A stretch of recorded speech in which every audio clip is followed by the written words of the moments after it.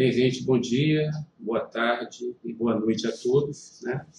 A gente vai falar um pouquinho sobre as manifestações do caso do sarampo, né, de interesse ao cirurgião dentista para fins diagnósticos, né, principalmente notificação em casos de necessidade de notificação, quando ocorre suspeita da doença, tá? Então, entendendo que o sarampo é uma doença infecciosa, exantemática, grave, transmissível e extremamente contagiosa, né? É uma condição universal, é imunoprevenível, ela alcança pela infecção a pele, o sistema respiratório e imunitário. A gente vai conversar a seguir sobre os receptores do vírus que acaba possibilitando esse tipo de situação. As complicações podem ser graves, né? Podem evoluir com sequelas, realmente uma alta morbidade, mas também uma alta mortalidade, principalmente para indivíduos imunodeprimidos e crianças de 0 a 6 anos, principalmente em países em desenvolvimento ou subdesenvolvidos. Acontecem muitas mortes ainda pelo sarampo, sendo ele uma condição imunoprevenível. Naturalmente, o diagnóstico da condição está dentro das possibilidades da gente confundir, né, a rubéola, que é também uma doença exantemática, o exantema súbito muito comum na infância também, a dengue, as enteroviroses, né, principalmente aquelas relacionadas ao vírus Coxsackie, o eritema infeccioso e também a rickettsiosis, né? Então, dentro desse contexto, a gente vai trabalhar o agente etiológico, que é um vírus RNA, né? Ele é um vírus monofilamentado. Ele, naturalmente, é do gênero morbillivirus, por isso, eventualmente, a doença é chamada de morbili também, tá? E o padrão do exantema é morbilliforme, como é descrito na literatura, e a família é a Paramyxoviridae, né? Então, ele é um paramyxovírus. Existe somente um sorotipo, uma cepa, mas existem 19 genótipos que circulam pelo mundo. E, naturalmente, isso aí serve literalmente para a vigilância sanitária, descrever realmente a possível origem desse vírus. E o reservatório comum da condição é o homem, tá? Não existe outro vetor. Bem, a transmissão se dá por secreções nasofaríngeas. Naturalmente que essa secreção pode ser por via direta, seja pela conversa, seja pela tosse, seja pelo espirro, mas eventualmente por gotículas também disseminadas em ambientes fechados. Isso também pode realmente alcançar o indivíduo, e como existe uma sensibilidade enorme, as pessoas não vacinadas estão muito sujeitas à condição, sendo o período, eventualmente, da incubação, e principalmente de transmissão, de 4 a 6 dias antes do surgimento das manchas exantemáticas e, eventualmente, 4 a 6 dias após também. Apesar da literatura citar que, eventualmente, quando surge o exantema, somente 4 dias após ainda é período de transmissão, em alguns casos para chegar até o 6º dia. A incubação realmente chega a 10 dias, podendo realmente ficar na média entre 7 a 18. Alguns autores citam 7 a 14. Isso acontece da exposição até o período de febre, a referência nesse sentido, e eventualmente 14 dias até o surgimento do exantema, que é realmente aquilo que caracteriza clinicamente o sarampo.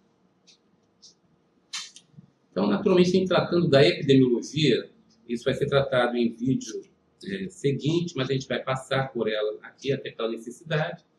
Naturalmente que essa condição é rara em países com vacinação universal implementada. A gente vê aqui em algumas áreas do mapa, essas áreas mais escuras são áreas de endemia. E a Rússia, naturalmente, é uma área muito singular, endêmica. E aqui a gente vê, pertinho do Brasil, a Venezuela. Também é uma área endêmica e talvez por aqui o vírus entrou, né, no estado de Roraima e também no estado do Amazonas. Naturalmente que houve surtos da doença nos Estados Unidos, na Bulgária, na Alemanha, na Itália, na Romênia, na Espanha, Ucrânia e Reino Unido, mesmo não sendo áreas endêmicas. Isso, naturalmente, foi cogitado na época devido à fraca cobertura vacinal e, eventualmente, importação de casos de áreas endêmicas, que são essas mais escuras, principalmente aqui do mapa. São destacados 20 milhões de casos no mundo inteiro e, naturalmente, essa condição, apesar de imunoprevenível, ainda realmente provoca morte, né, em crianças, e o que realmente é complicado, porque não existe ainda um comprometimento vacinal sistemático mundial.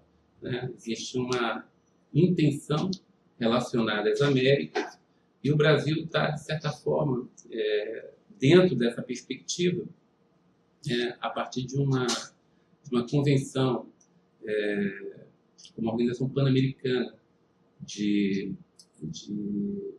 saúde, para realmente erradicar essa doença e tentou cumprir esse objetivo até o ano 2000, apesar de alguns casos importados que aconteceram no país, né? Então, naturalmente, ainda acontece em 28% de países subdesenvolvidos, isso a gente vai destacar aqui também. No país, gente, no país até 1960, afetava mais de 90% da população com menos de 20 anos. É importante entender que ocorreu a partir de 1992 um Plano Nacional de Controle do Sarampo, né? E o Brasil aderiu a esse plano em 1995, como eu coloquei ainda há pouco, né? Para erradicar a doença até o ano 2000. Apesar disso, aconteceu uma epidemia em São Paulo, né? Que acabou levando a doença para o Brasil, para alguns estados, como Rio Grande do Sul, Minas Gerais, enfim, alguns estados do Nordeste e alguns países vizinhos também. E nesse mesmo ano foi introduzido realmente a tríplice viral, que alcançava tanto o sarampo quanto a rubéola e a parotidite, também aquela que produz a papeira. Tá? Então, em 2000 foi destacado o último caso de autóctone no Mato Grosso do Sul, ou seja, com genótipo nativo. Naturalmente, de 2001 até 2013, alguns casos aconteceram no país, mas os genótipos eram importados de outros países. E é o que ora acontece ainda, eventualmente, principalmente no norte do país. Então, aqui a gente destaca realmente a questão epidemiológica, do boletim 45 da Vigilância Sanitária aqui do estado do Amazonas, mostrando as notificações que aconteceram em 2018, né? Foram 11.395 casos notificados em 2018 e desses foram confirmados 9.805, tá? Um contingente bem expressivo, tanto na capital quanto no interior do estado. E, nesse ano de 2019, somente 47 casos notificados e desses confirmados 4. Né? É importante verificar que a faixa etária comprometida aqui, gente, ficou realmente uma faixa etária possivelmente não vacinada, entre 20 a 29 anos. Né? Houve uma notificação de 2.786 casos, né? E desses confirmados 2.451. Naturalmente, que também houve, na primeira infância, entre 6 a 11 meses e entre 1 e 4 anos, uma quantidade também expressiva de casos, e isso realmente aumenta muito, principalmente em crianças recém-nascidas e crianças imunossuprimidas, o risco de morte. Isso realmente acaba nos preocupando muito, né, dentro desse contexto. Aqui realmente é o objetivo desse vídeo de hoje, né? Trabalhar a fisiopatogenia da doença e entender como ela funciona, para que a gente possa realmente diagnosticar melhor esses casos, né? Então, naturalmente, esses vírus, né, direto ou indiretamente, nos alcançam, né, eventualmente em membranas mucosas respiratórias, orofaríngea e também da mucosa ocular. Naturalmente, a gente tem alguns receptores que são sensíveis a esse vírus, ou seja, que captam ele. E esses receptores são o CD150, o SLAM, que é um receptor de transmissão ao linfócito, justamente aquele que vai reconhecer o vírus presente na economia orgânica. E, naturalmente, o mais importante para esse primeiro momento é o CD46, que está presente em todas as células nucleadas da economia orgânica. Então, isso é importante porque, no primeiro momento, esse vírus prolifera, principalmente no sistema respiratório, e em seguida ele é captado por linfócitos e monócitos, ou células dendríticas que também estão presentes nesse epitélio, e fazem a primeira viremia, né? Essa primeira viremia, ela acontece ainda na fase prodrômica da infecção, né? Ou seja, são 2 a 4 dias após a infecção. É nessa fase que o indivíduo faz um padrão que a gente vai ver a seguir, de tosse seca, né? Eventualmente uma conjuntivite pode estar presente também, tá? É importante que essa tosse seca e a conjuntivite ela aparece e não existe ainda nenhuma presença de exantema, né? É uma condição completamente inespecífica e é justamente nesse momento que está acontecendo o transporte desse vírus por essas células imunocompetentes aos órgãos linfóides os mais diversos da economia orgânica, como placas de Peyer, timo, medula, eventualmente amígdalas, e ali vai acontecer uma proliferação maciça do vírus, que vai levar a uma segunda viremia 7 dias após a infecção, onde esse vírus vai se localizar mais na pele, na mucosa, nos rins, pulmão, trato gastrointestinal e fígado, e a partir daí, né, vai existir já essas reações mais exantemáticas espalhadas pelo corpo, que começam no sentido céfalo-caudal, comumente com lesões retroauriculares, espalhando pelo rosto e descendo para o tronco, né? Então, esse aspecto morbiliforme das manchas, que a gente vai ver a seguir, é justamente a resposta dessas células T, principalmente CD8 citotóxicas, contra esses vírus presentes tanto nas células do epitélio quanto no endotélio vascular. Por isso que acontece essa reação que é maculopapular e tem um padrão eritematoso, que a gente vai ver a seguir. Então, só para rever esse momento, o primeiro estágio que eu coloquei para vocês, que é o estágio da primeira viremia, a conjuntivite está presente, né? Comumente a mucosa ocular, a mucosa conjuntival é porta de entrada, aí vem a tosse seca, em resposta à presença viral, eventualmente no trato respiratório.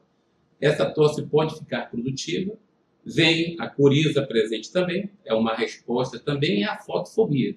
Eventualmente, a diarreia pode estar presente nessa fase. Então, esse é o primeiro estágio e, eventualmente, ele dura cerca de 3 dias, no primeiro momento. Tá? É nessa fase que é importante a gente destacar que surgem as manchas de Koplik, que é o sinal de Koplik em cavidade bucal, que a gente vai destacar no momento seguinte.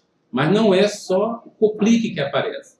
Pode surgir candidose, porque como esse vírus ele imunodeprime, então ele acaba predispondo o indivíduo a desenvolver condições oportunistas como as candidoses, como a gengivite ulcerativa necrosante, os padrões de estomatite necrosante e, eventualmente, inclusive, pericoronarites.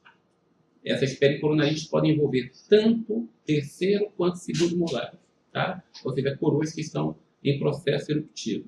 A febre está presente tanto nessa fase prodrômica, é um padrão inespecífico, e ela pode perdurar até o segundo estágio, que é o estágio exantemático, que eu coloquei para vocês, relacionado à segunda viremia, né? Esse estágio exantemático é um estágio de toxemia, que pode se estender.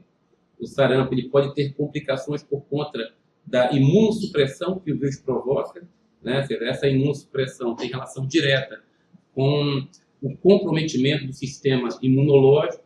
Por isso, indivíduos imunossuprimidos estão com risco aumentado de morte por conta desse caso, e crianças subnutridas também. Então, essa é uma preocupação relacionada ao sarampo, é que ele acaba abrindo possibilidades para infecções oportunistas sérias, né, que acabam gerando as complicações que surgem eventualmente após a doença.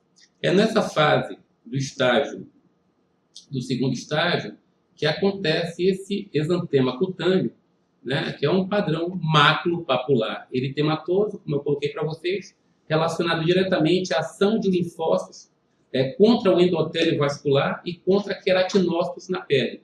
Por isso, aquele aspecto do rush, né? Ele tem uma característica céfalo-caudal. Ele vem da cabeça para o tronco e, naturalmente, para os membros.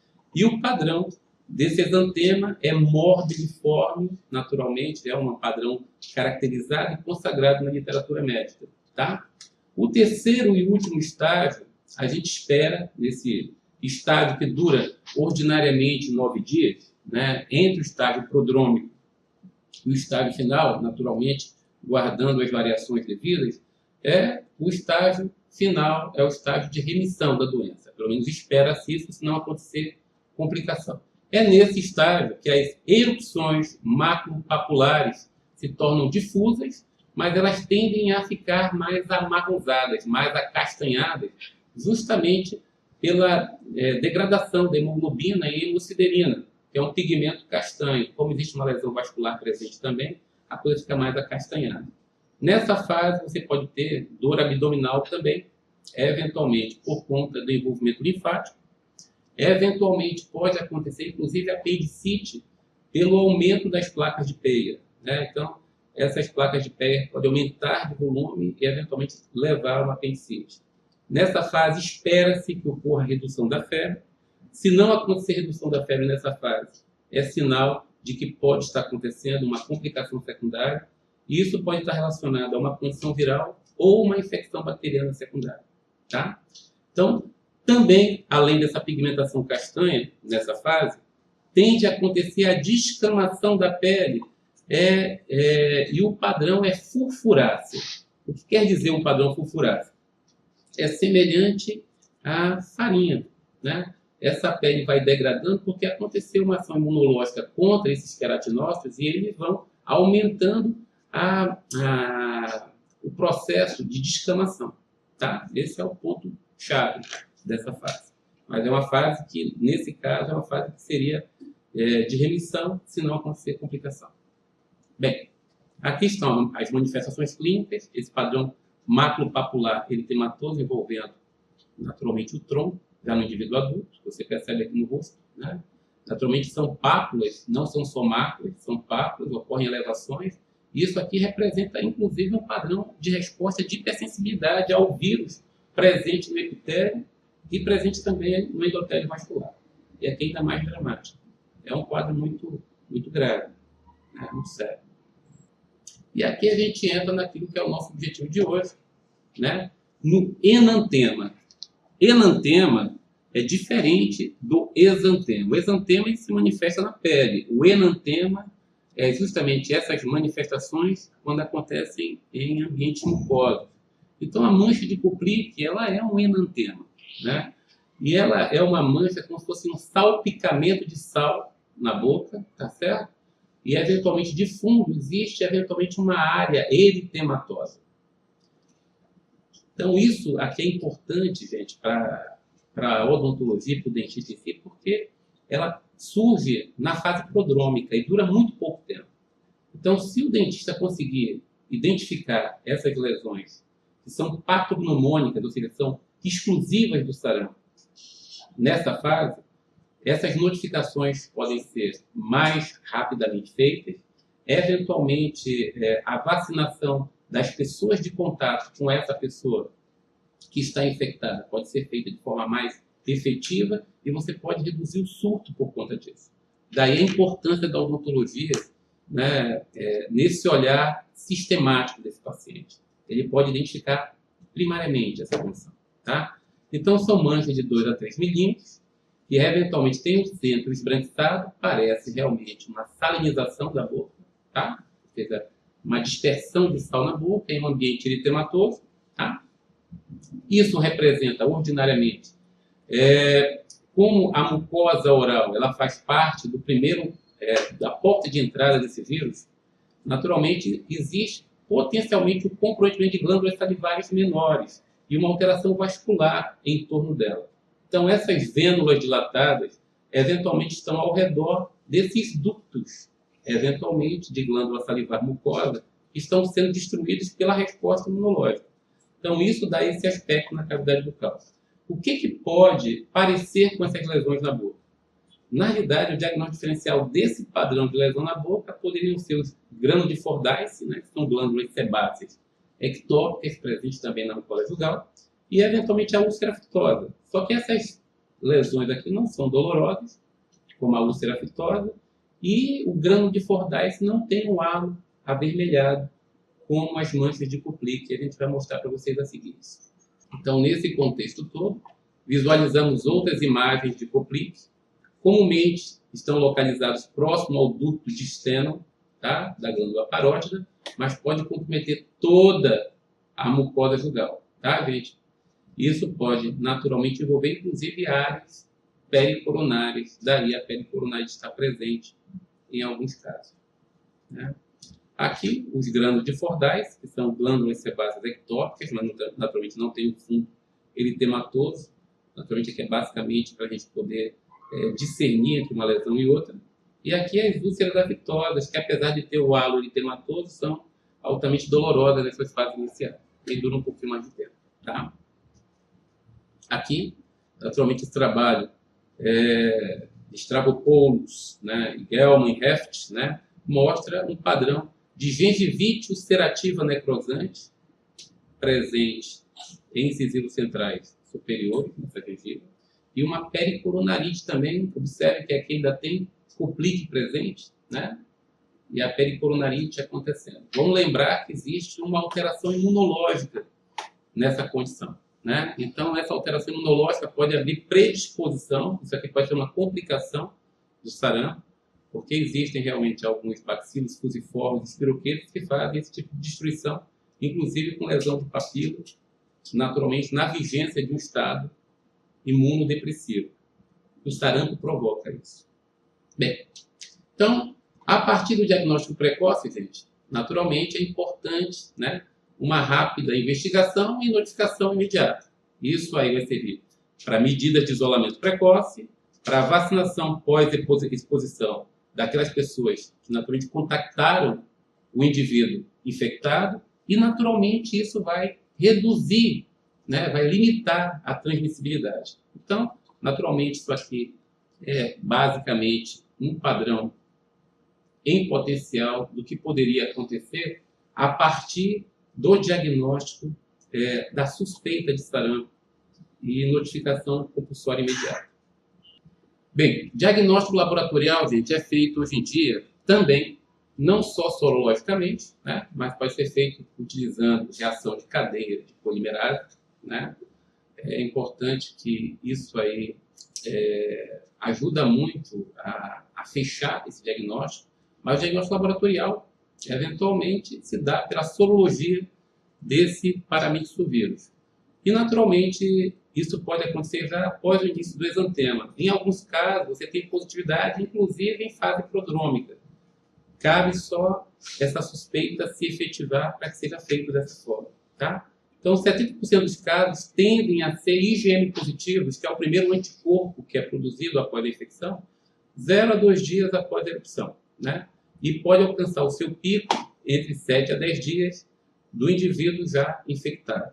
Esses vírus são isolados de secreções tanto nasofaríngeo quanto células mononucleares do sangue periférico. E nessas células vocês podem ver literalmente presença de inclusão viral em seus núcleos, e elas tendem a ficar multinucleadas para associar e eventualmente possibilitar a eliminação do vírus. Isso é muito comum, esses padrões de células sinciciais, desse padrão de doença. As complicações, gente, é aquilo que a gente estava conversando. Até então, né, pode ser provocado pelo próprio vírus ou uma infecção bacteriana secundária, né? Então, na realidade, essa condição abre portas para doenças oportunistas, né? E, eventualmente, se o indivíduo estiver em ambiente hospitalar, inclusive infecções dessa natureza. Mas por que acontece isso, Leonel? Porque existe o comprometimento do sistema linfocitário que possibilita a ampliação desse processo imunodepressivo, principalmente em indivíduos já previamente imunocomprometidos, né? Enfim, então, na realidade, crianças desnutridas acabam tendo um risco aumentado de fazer pneumonias severas e morrer em decorrência disso, mas, além delas, a otite média é uma possibilidade, as diarreias, a cegueira é uma morbidade muito comum, né, como complicação do sarampo, e os padrões de encefalites pós-infecciosas. Isso aqui realmente é uma coisa que pode gerar uma morbidade ou até aumentar o risco de morte nesses indivíduos, tanto imunocomprometidos quanto crianças subnutridas de 0 a 5 anos. Naturalmente, como foi colocado, a condição é bem grave dos pacientes imunodeficientes. Bem, aqui estão as referências, eu espero realmente ter concorrido para a formação e para a elucidação dessa condição no nosso universo odontológico. Um abraço a todos, um bom dia, uma boa tarde ou uma boa noite. Até mais.